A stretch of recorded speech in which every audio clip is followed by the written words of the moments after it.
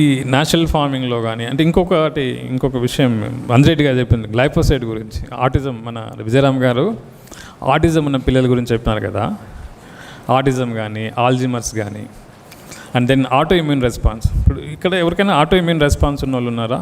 Auto immune diseases ఉన్న వాళ్ళు ఈ మధ్య అది చాలా ఎక్కువ అవుతుంది. Cancers, gastric problems and then kidney dialysis పోతున్న పేషెంట్స్ ఎక్కువ అవుతున్నారు. ఫెర్టిలిటీ ఇష్యూస్ ఉన్న వాళ్ళు ఉన్నారు.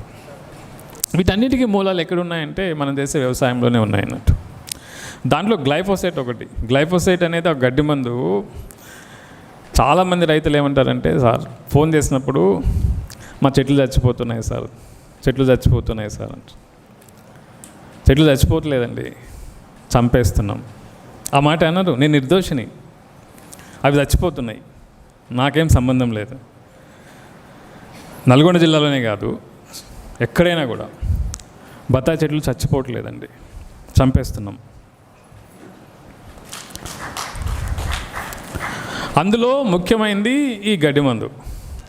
మరి గడ్డి మందు కొట్టకపోతే నువ్వు వచ్చి పీకుతావా?